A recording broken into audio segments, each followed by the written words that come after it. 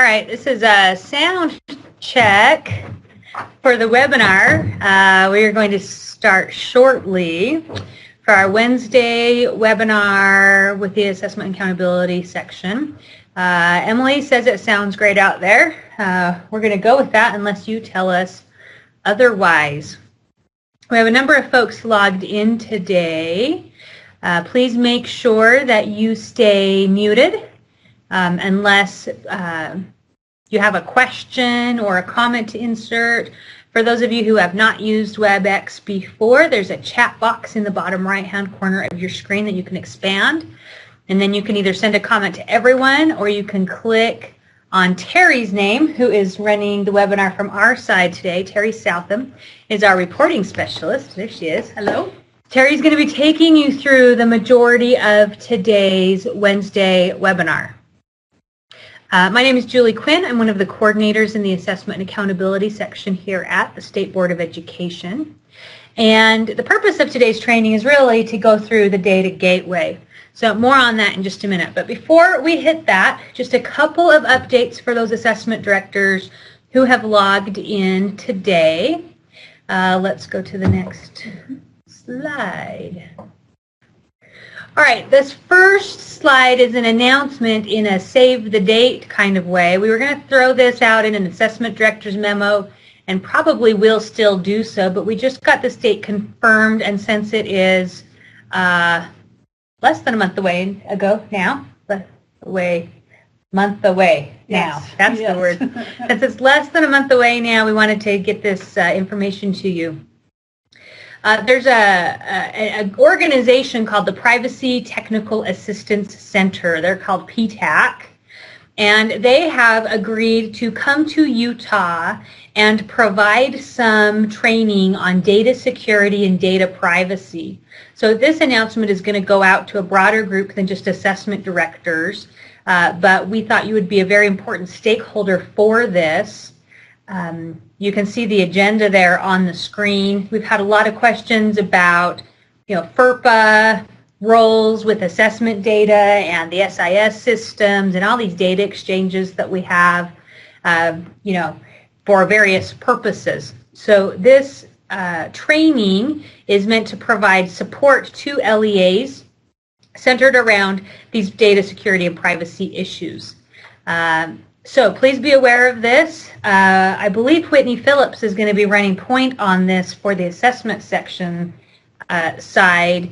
You may hear this from other folks as well, but you may want to save the date. Notice that it will not be recorded. So it is something that should be participated in on December 1st. Let us know if you have any questions about that. But we wanted to give you a friendly heads up for that date on December 1st. Question, has a PowerPoint been sent out for today's meeting? No, it has not.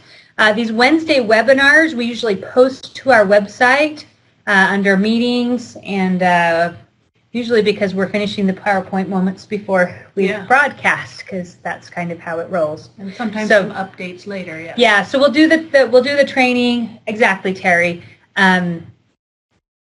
Once we get it polished up and add things that you need or things like that, then we'll get it posted to our website. So David has an update on UTREX. I will let you take this chair, David, and then we'll jump in. Okay, everyone. So question I'm getting asked a lot is, are the data collectors back on? Is UTREX up and running? And the answer is yes, since last Friday. But all that means is we've basically opened the door so you can send stuff again. But if you don't send anything, then you're not going to see it update in Sage, Utah Compose, UTIPS, any of those systems. So if you haven't already, I would contact whoever runs UTREX in your LEA and make sure that you're sending regular data. They should schedule it on a nightly basis to send to the state. If you're not sure if that's happened yet, you can contact me. I can always tell you whenever your last UTREX submission was. And yeah. Awesome. Good. Thank you. Thanks, awesome. David. All right. So setting up today's training, go ahead and go. Terry's going to talk about these different trainings that we have. coming up. Today is a deep dive into the Data Gateway, which you see is one of the options here on these sessions that we are offering to your building administrators this fall, within the next couple of months. When's the last one? Into January is the last one? Yeah, January 6th. So today the audience is you. If you are completely proficient in everything that the Data Gateway has to offer, then you're welcome to stay with us for entertainment purposes and to razz Terry, as you are welcome to do. Today is meant to be a deep dive into the Data Gateway, soup to nuts, A to Z, for those of you who may not be familiar with the Data Gateway and its tools.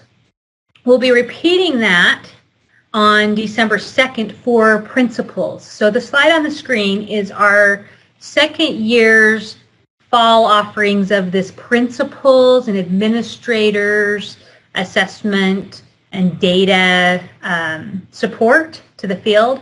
Last year, we talked about assessment and accountability with ORS and grading schools.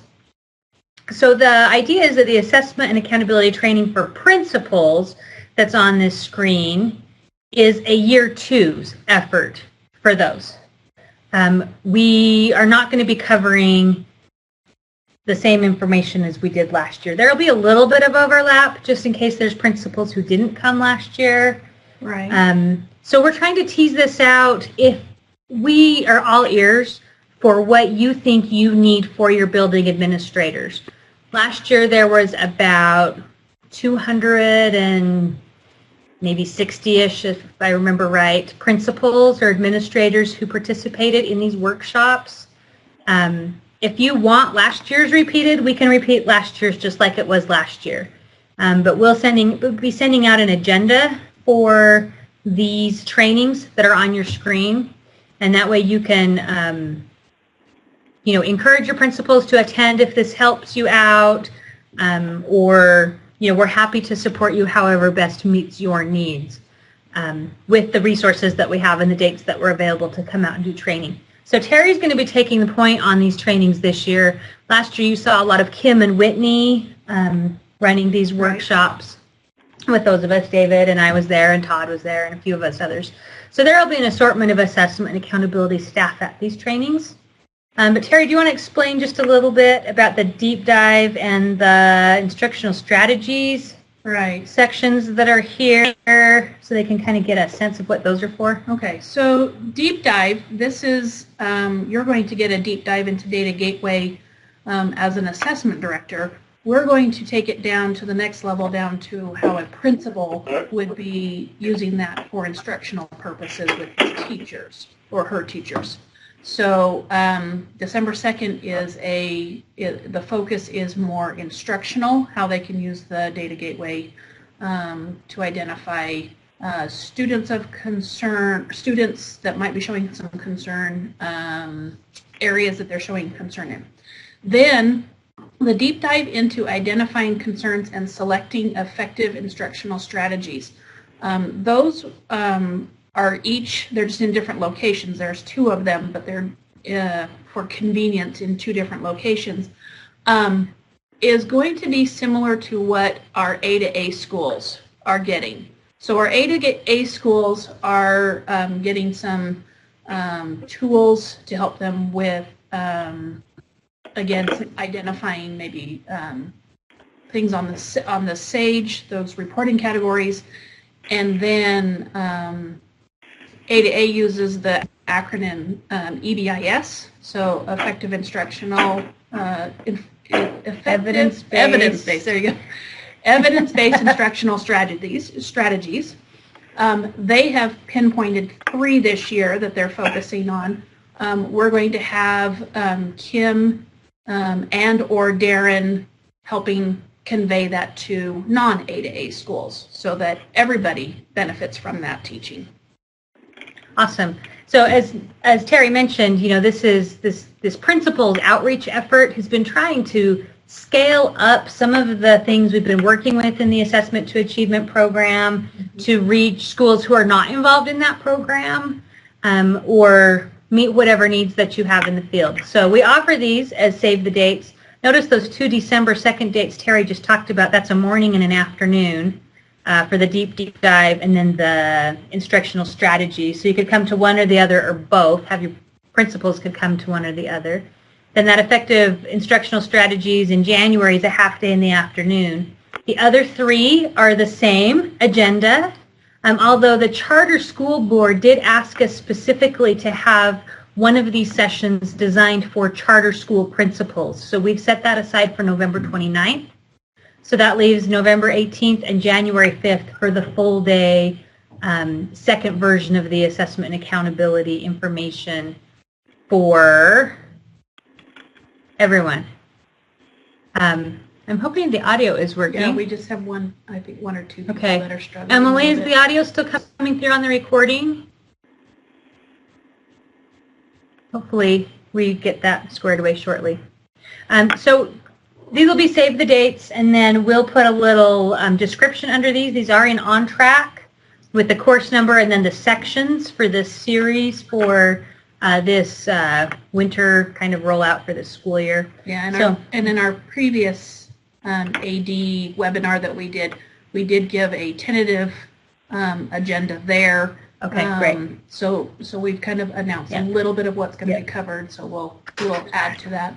Yep. If you have things that you'd like us to cover in this training for principals, we are all ears for that as well.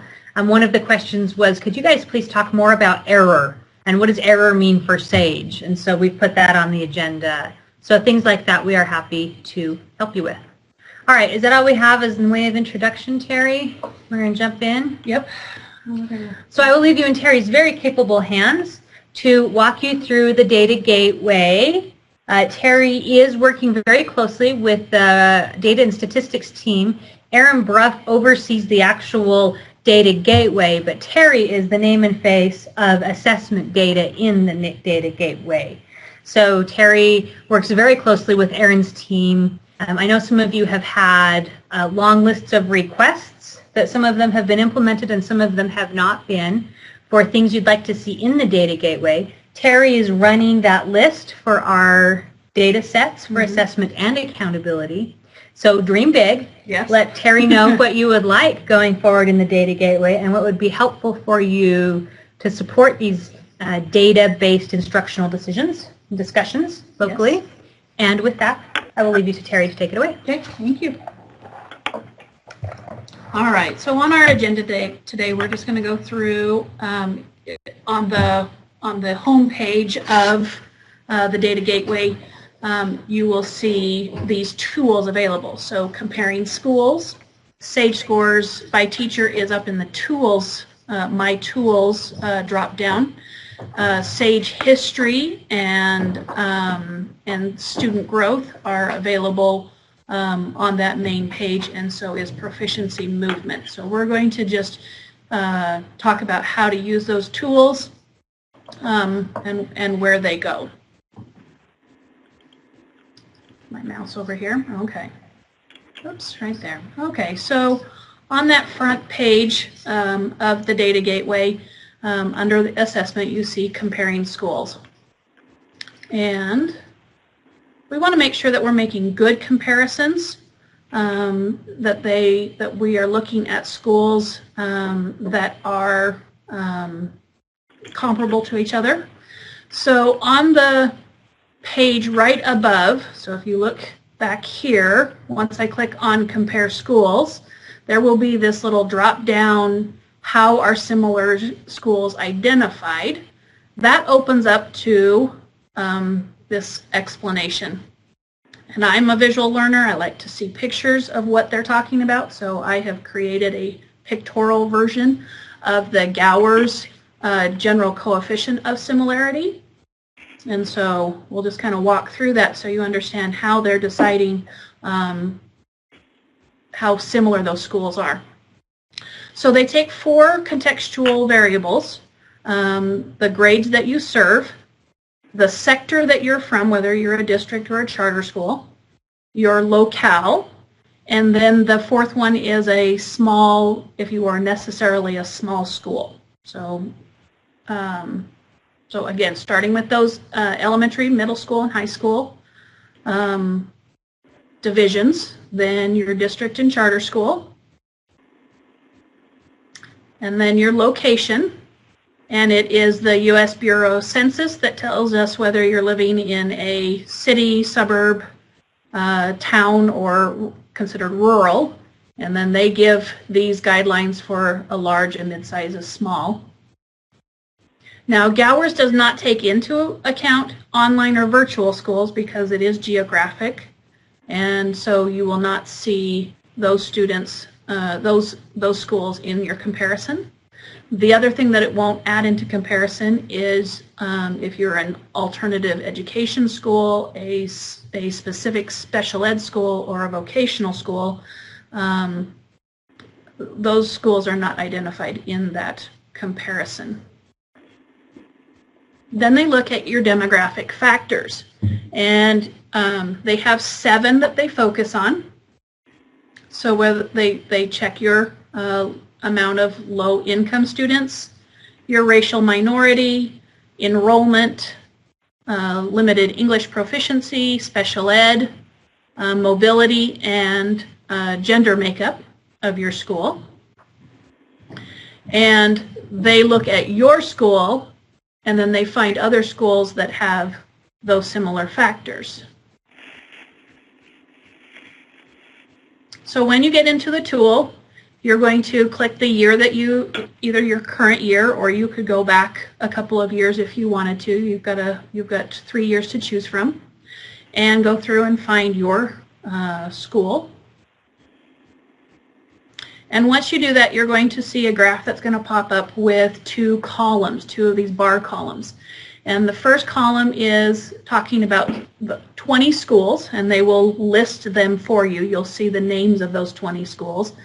And then they will show you their proficiency, and then the second column being median growth percentile, MGP. And the odd colors are representing you in that ranking. And then at the bottom of the page, you will see a list of those schools, again, those 20 schools, up to 20 schools, and how similar they are. So you'll be at the top of the list, so you're 100% similar to yourself. And then they will show you in order, greatest to least, of that similarity, and then those proficiency scores and those MGPs. At the bottom where those percentiles are, each of those schools are a hyperlink, and so it will take you to those school summary pages so that you can look a little closer at those similarities. So I put 2 schools together. I said this first one was me, and then the next school that was the 96th percentile, that would be considered what the Gowers algorithm said was the most similar school. And there are 6 of the 7 indicators shown on that page. Mobility is not represented on the page, but you'll be able to look at economically disadvantaged, ethnic minority, and so forth, enrollment. So you can see right off that school is quite similar. Okay. Then I can start to identify how do those schools, how does their grade compare to my school? And so once you've gone into the summary, you can go down into those school, look at their school grades. So I again went to my school in the middle, and then I picked a school that was that school that was the most similar to me. That was the 96th percentile school. And then I went back to that main graph, and I picked the school that had the highest median growth percentile and pulled up their grade. And so you'll see that the school grading code, our Utah code, is at the bottom. Grades did adjust this year.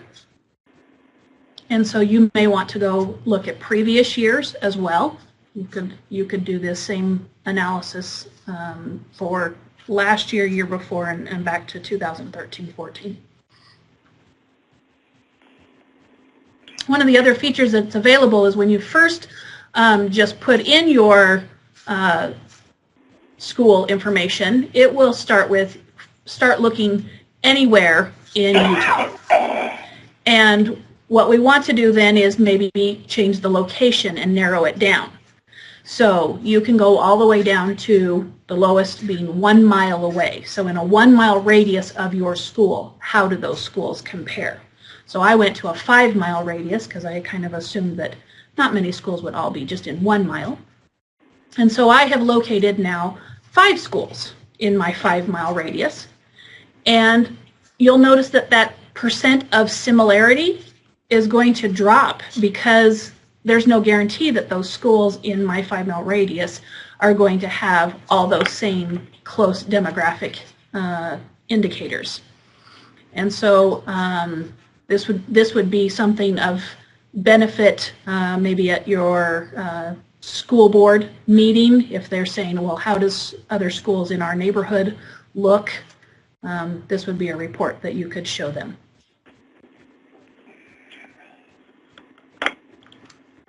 And as I mentioned, you can look at multiple years. And by doing that, you can see how you have done through those multiple years. So I just copied and pasted and put 3 years together. So I could say back my first year in 2013-14, we were at a 59.2 proficiency. Then I can see that I have gone up in my proficiency, but then I could also see with those 20 schools how I've gone up in that graph. And then finally in my current year, again showing that I've gained some proficiency, where has that moved me now, up or down on that graph. And I can do the same thing with the MGP. I can see if my student growth is moving me up or down the graphs. I can also then look at a similar school and see how is that school that I kind of picked as my most similar, how are they doing? Okay, so that's kind of the first part of comparing schools. Is there any questions, features that you're wondering about? Correct. So Lori, if the more narrow you bring it down, it will only go to those schools that are in that location. And so then it will just give you the scores, compare you to those schools within that location. And you're right, Gower's kind of, those indicators get bumped down the line because you're using location as your first poll. Okay, any other questions? Okay, we're going to move on then. So again, back on that home page, whoops. So in the Data Gateway on that home page, we have SAGE. We're going to drop down to SAGE History for just a minute. If you click on SAGE History, you're going to get a longitudinal graph. Now this graph, as you can see, has 2014, 15, and 16. So you can see how your students have been doing longitudinally over in proficiency. This is your proficiency score for those 3 years. Over here on the left side, you can change how those filters are looking at students. So right now, I am including every single economically disadvantaged student, every EL student, every ethnicity, every gender, every mobility, and every student with disability. So this is my full population right now. I have not filtered anyone out. At the bottom, I'm seeing how those graphs are looking with all 3 subjects. But I can now change those drop downs.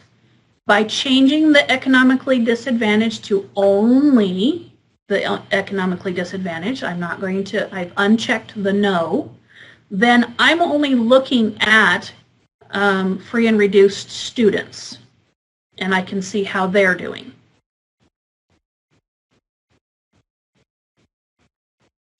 I can apply as many filters as I need to. And so now I'm looking at free and reduced SPED kids. So I've really narrowed that focus to say, okay, this is a very small population in my school. The free and reduced SPED kids, how are they doing on their SAGE scores over time?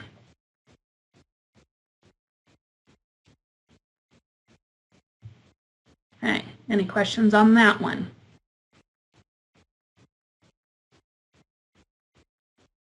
It's a pretty simple tool, just a longitudinal graph, but visually, if you wanted to kind of see what's happening, you can see a bunch of percentiles, a bunch of scores, but longitudinally, this is kind of a nice graph to look at, especially if you're trying to narrow down those subgroups. Okay, I will move on. We're bumping up to the SAGE. So this is something that you might be familiar with. As you open up under SAGE, you see the whole state listed here. Okay, and then as you narrow this down, narrow down to your district, narrow down to your school, narrow down to your grade levels, and you can change the years of focus that you want to look at. At the bottom, you will also see some of the demographic information. And at the school level, these are drillable graphs. So you can click on those and it will drill down. So if I drill down, I'm now looking at my school. Let's say I'm an elementary school servicing 3rd, 4th, and 5th grade. So I'm now looking at how did each of those grades do. By again clicking on those bar graphs, I can drill down again. So this first graph up at the top, you'll notice are several grades. That's 3 through 11. And so though that graph is very hard to read because it's very minute. You have each one of those is representing a teacher or a grade level. And 0 is your Z-score, and so above saying, okay, we went above this average, or the going down below, you can see a couple of little lines dropping down below that Z-score, indicating low performing in those areas. Okay, so I've narrowed this larger graph here at the bottom, viewing your reporting categories in a school by grade. I can then identify in those reporting categories what area was a strength for that school, being reading literature. And then I can look and see what went low, what skill was low. So writing was the closest, or if below or went below that Z-score, that 0. And then each of these colors is actually representing a teacher. So in this class, the blue represents one teacher's scores in each of those reporting categories. The light brown is another teacher's scores, and then the dark brown is another teacher's scores in each reporting category. And again, those are drillable, so I can drill down again.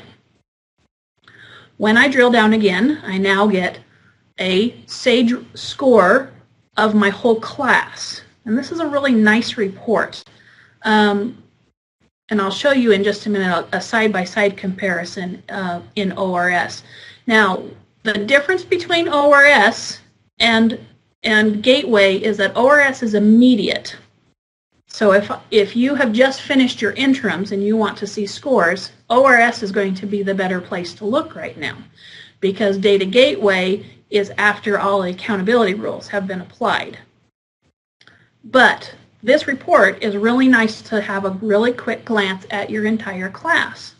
And so start at your district level, your school level. You can go down and select the teacher. Now, because I got here from this report, it will go to that teacher that I've selected.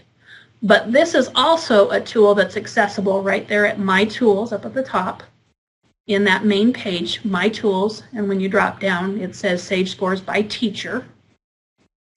And so this is what the teacher would see. Now you've got your student information that's hidden here, but you'd be able to see their scale score, their current proficiency level on last year's test, and then their prior proficiency test before. And they change colors based on that proficiency, whether they met a 1, 2, 3, or 4. And you can also then identify changes. So I might be able to identify a student that went up from a 2 up to a 3, or I might identify a student that went from, let's say, a 4 down to a 1 or a 2. You would see that color change between those 2 years. The next one, the SGP, is their growth percentile. And so a student that has a green growth percentile did not make that 40th percentile. That's our cutoff. And so they did not make enough growth. And so that's how we're identifying them there. And then in the orange are our reporting categories that were below that proficiency level. And so I would then be able to identify this student and say, wow, they had a couple of areas, this very bottom student. Yes, they scored a 1, but I can see that they did well in their listening comprehension, but the other reporting categories scored low. As a teacher, I could also look and see up and down. I could say, wow, I had a lot of students who did not understand reading informational text. I need to make some adjustments to my instruction there. Now, once you click on these students, this can be drilled down again. And then I'm looking at an individual student longitudinal report. So I can see starting, we've got 3 grades here, 3rd grade. So 4th grade did not make a lot of growth, but made good growth in 5th grade and made it up to a level 2. This would be a level 2 proficiency, 3 proficiency, 4 proficiency as that top line.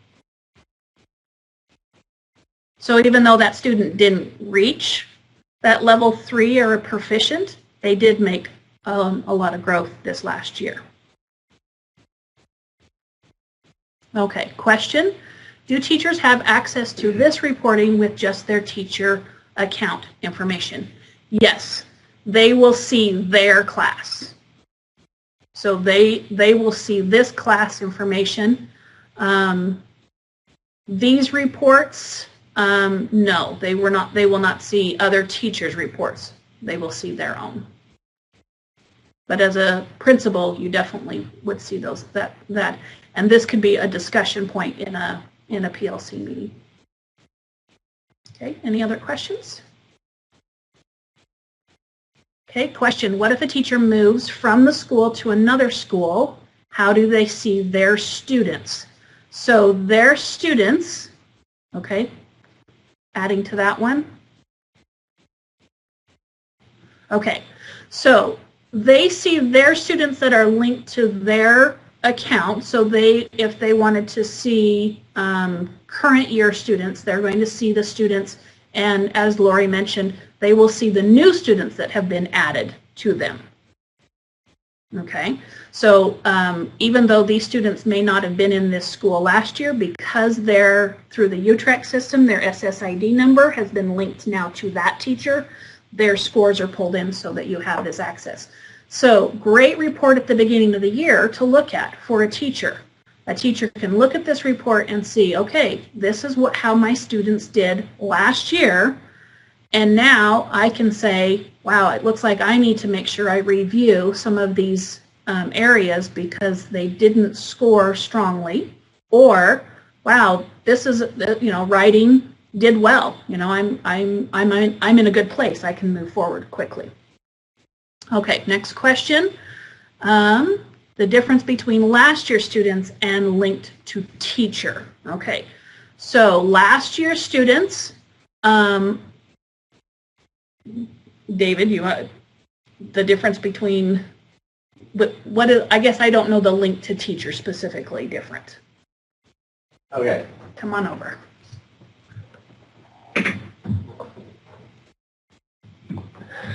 See, okay, so the students that are linked to teacher,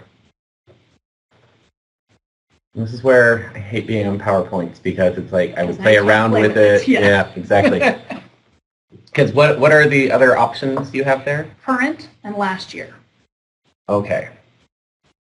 I'm going to be honest then. I thought it meant the same as one of those two. Right.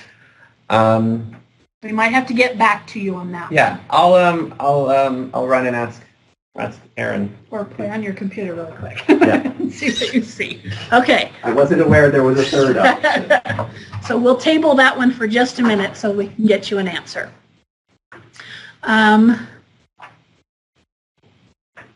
Let me go through. I'm just kind of looking through to make sure that we've answered some of the other ones.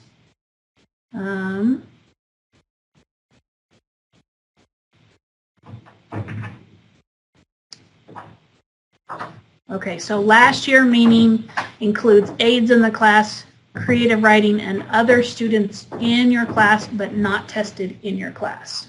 Does that sound? That's fun. So David Smith is saying last year means that it includes any aides in your class, like a creative writing class, and other students in your class, but that were not tested in your class.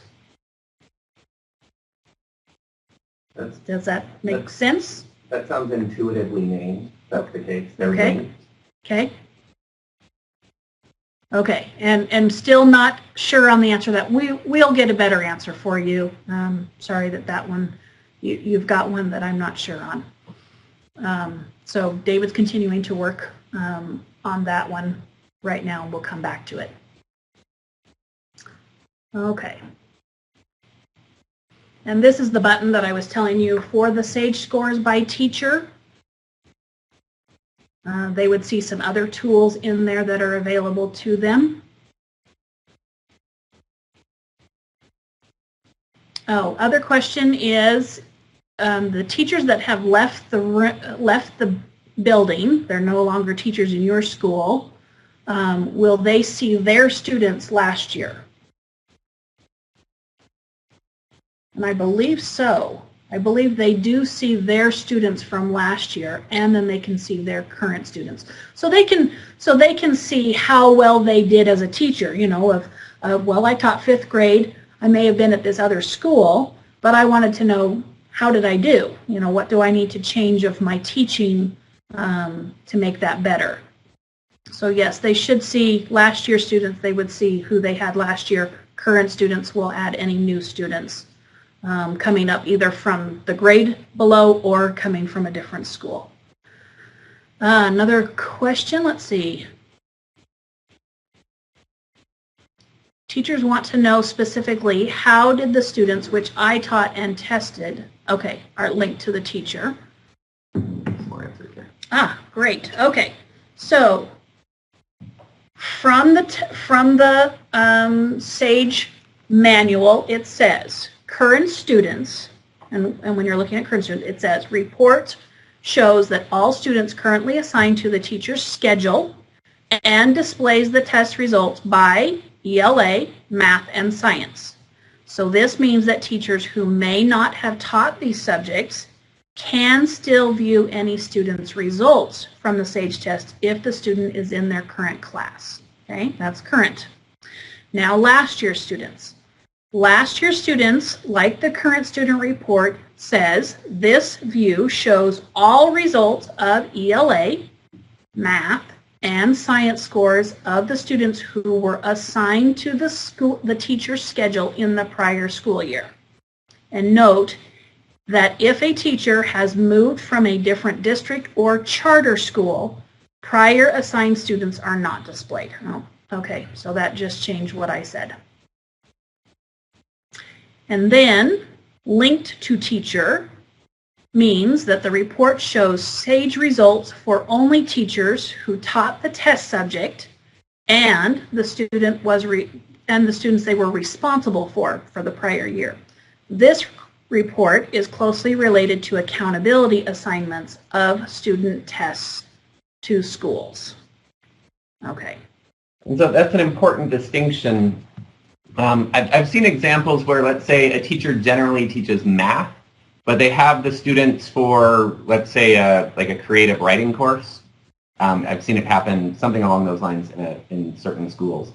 And so basically, what that would mean is that they would see their own students that they had for math, but then if the students they had for creative writing had a different math teacher, if you put current students, that teacher is going to see both. She's going to see the students who are taking math for her and the students she has in a different class, but she's going to see their math results. This could cause some confusion and concern when you're like, wait a second, I didn't teach these kids math. I shouldn't be held accountable for them. And that's what the link to teacher link is. So if you select that, it's going to be only the ones that they were actually responsible for that we would have used to calculate anything to do with accountability. So if it's current students or last year students, it's going to be anyone that that you were tied to, whether or not you taught a subject. So I would imagine it would even be the case where, like the gym teacher would be able to see how you did on math because they're one of your current students or one of your last year students. Link to teacher is the one that's most closely tied to accountability. Okay, and it looks like a lot of you do understand this. I appreciate the comments that you're making in there to help us clarify that information. So I'm seeing Davis Thacker, Brandon Thacker from Davis talking about the FERPA and why if they move districts or schools that you would not be able to see that information. Now, there was an additional question a little bit farther below. Oh, where'd it go? So if that teacher has moved, how do you see that information? And that's still going to be in your school. So you would be able to you can look through and look at previous years and it'll show that information. So if you took that, let me go back here, back to right here where it says school year. If you change it back to 2014-15, it will show you those teachers and their students. So you don't lose that information, just the teacher isn't linked to that any longer. Does that make sense there?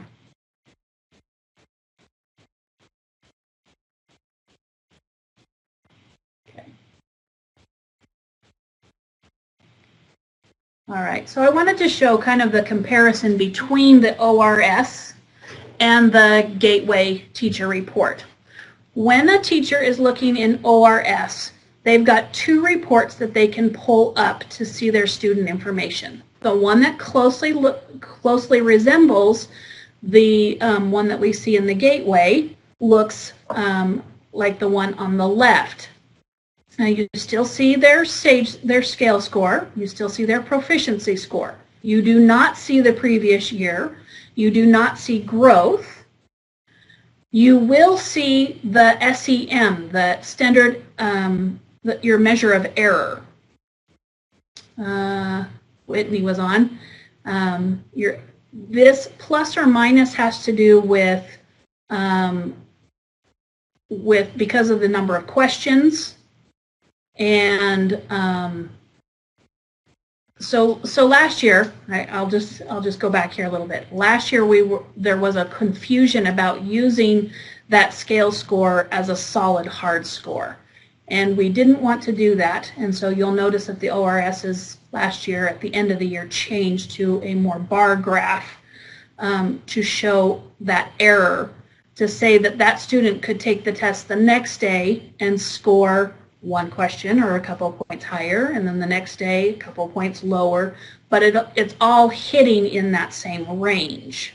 And so we wanted to say, don't use the scale score as a solid, this is absolutely 100% their score. We wanted to say there is a margin of error because on one day they were feeling well and they scored really high, and the next day they just missed an extra question on that just for whatever reason. So we've got a range of error there. Now, the ORS is nice because you can, at the top of each of those headers, click on them and it will sort those students. That is not available in the Data Gateway. It does not sort them from scores. But also in the ORS, then you don't see the orange, the indicator that they were below proficient. You have to kind of know those scores and be able to identify that in a different way. So as far as convenience for a teacher wanting to get a really quick snapshot of how their students, how their current students are or what their students look like last year, the Data Gateway class report is really kind of nice visually because you see the colors, you can see areas of concern right away, you can see students who didn't make adequate growth, and sometimes you'll even see that adequate growth all the way up in your 4s, you know, your highly proficient students, but they didn't make a lot of growth. And that's, you know, initially you think, well, they're still a 4, they're okay, but there could eventually be a problem there if they're not continuing to make growth. Okay, so just looking at those two comparisons, reporting categories up at the top.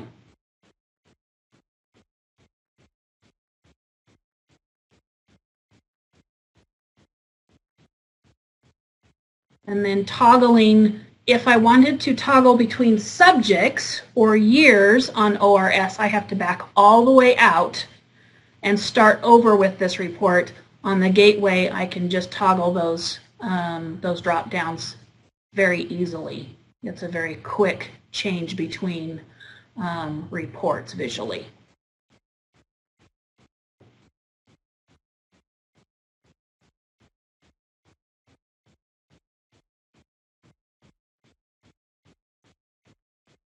Okay, question, is it also my understanding that ORS never employs the full academic year rule in any calculations?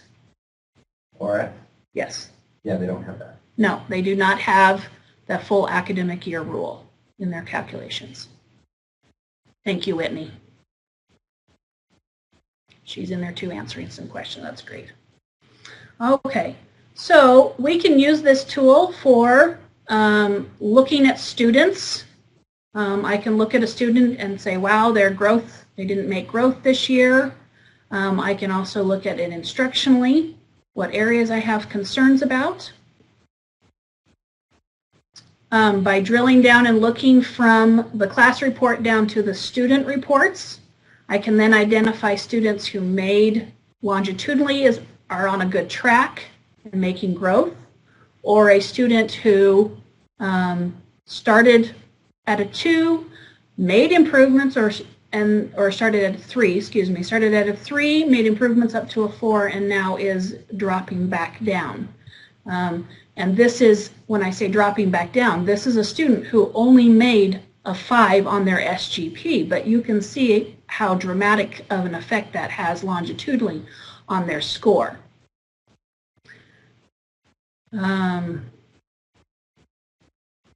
Any questions on that one? Okay.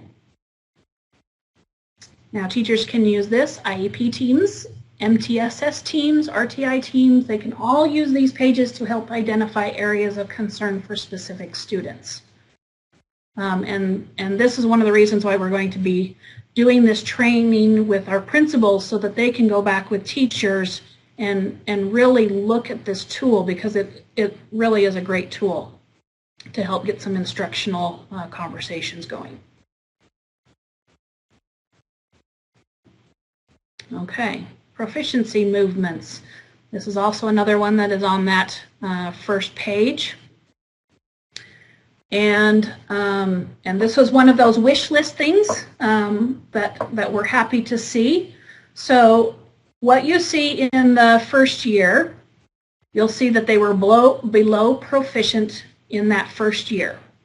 And then in the pie chart is their second year scores. And so you can see that for example, in that first box, of the 100% of students that scored below proficient, 85.5 stayed in that below proficient, 13.9 moved up to a 2. They scored now a 2 in proficiency, and 0.6 scored a 3, and the dark green would be a 4. By running your mouse over the top of them, you will be able to identify the certain number of students. And so you can see under that proficiency, this would be where I would identify kind of a concern. So I have 13 students who went from a 3 down to a 1. And originally, well, currently, I will say currently, those 13 students, I don't know who they are. I'm going to have to go back through those student reports and look. What's coming soon, in the next, hopefully, week or two, is you will see exactly what students we're talking about. So it'll have their name and their student information here, and it will show you their scores, their reporting categories. It will pop right to that by clicking on that pie chart. So this 13 students would immediately pop to here, so that now you can very quickly identify, okay, who were those 13 students that we need to keep an eye on, you know, find out why, what happened here. On a positive side, you can, I was in an A to A meeting, and this is kind of where some of this discussion came from, is that they said, we want to have a celebration. We have these students who were a 2, and now they're a 3, or now they're a 4. We want to celebrate those students who have made that kind of improvement. Who are they, so that we can identify the positives? So this report, positive, being excited about who's changing, and then on the other side, identifying students that were saying, uh-oh, something's happening here. Okay. So that was quick. That was good. Any other questions for about the gateway? We've kind of gone through all of the assessment tools there. One that I didn't highlight was the student growth, and you can look through that. Again, it's very similar to some of these other charts. It's just a bubble, so you could see all the schools and see how they're ranking with their proficiency and their MGPs. Okay, question. When will that be available, the linking to students? Like I said, hopefully a week or two. That's our hope, is we're down to kind of the final check and balance. So we should be very close on that one. Any other questions? Okay, now we will, oh, hang on. Linked to schools, to school rating. Okay. No, I was not going to go into school rating today. That is something that we can add into other reports. We can add that into our AD meeting next time if we need to. I will write that down.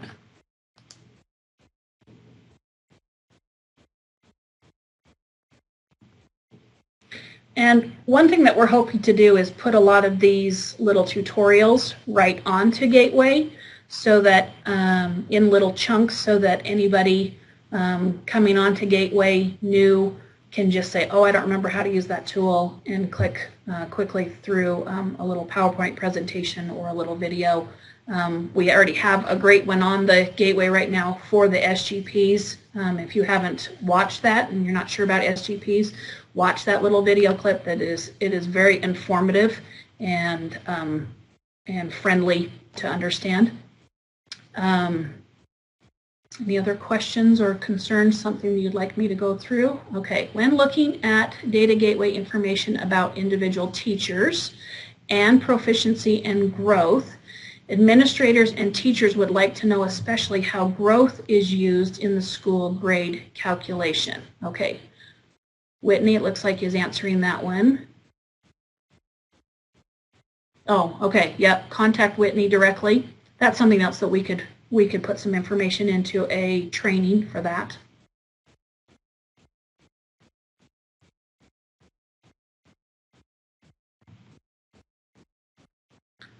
All right. If there are no further questions, short and sweet, we wanted to just kind of give a deep dive into some of the tools and also let you know about some of those other things with the PTAC Utrex and with those trainings that are coming up. So at the principal level, we would go through some more of this, having them use their data, practice a little more specifically, and then go into some more instructional strategies. So that's kind of what we're looking at for some of those meetings. All right, well, thank you very much. If there's no further questions, then that will end our session today. And we will be seeing many of you in person or through WebEx for our AD meeting coming up here in November 17th. So thank you.